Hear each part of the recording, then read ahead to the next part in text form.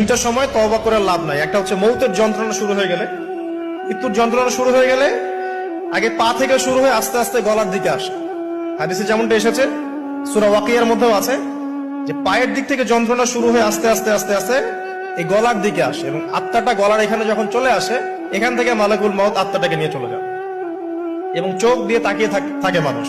রুহটা চলে গেলে মানুষ চোখ দিয়ে তাকিয়ে থাকে, দেখবেন এই কারণে মৃত ব্যক্তি তাকিয়ে থাকে, চোখ খোলা থাকে। এবং তখন আসমান থেকে সিঁড়ি নামিয়ে দেওয়া হয়, ওই সিঁড়িতে করে আত্মা চলে যাচ্ছে, ও তাকিয়ে দেখে যে আত্মা চলে যাচ্ছে। এবং মানুষ মারা যাওয়ার পরে চোখ জীবিত থাকে অনেকক্ষণ। মেডিকেল সায়েন্স যারা পড়েছে তাদেরকে জিজ্ঞাসা করবে, মানুষ ডেড হয়ে গেলেও চোখ দেখবেন আরো কয়েক ঘন্টা, হয়তো আরো নির্দিষ্ট একটা সময় পর্যন্ত চোখটা কিন্তু জীবিত থাকে। এই জন্য চোখ বন্ধ করে দিতে হয়। যাই হোক, যেটা বলছিলাম যে মৌতের যন্ত্রণা শুরু হয়ে গেলে তওবা করে লাভ নাই, তওবা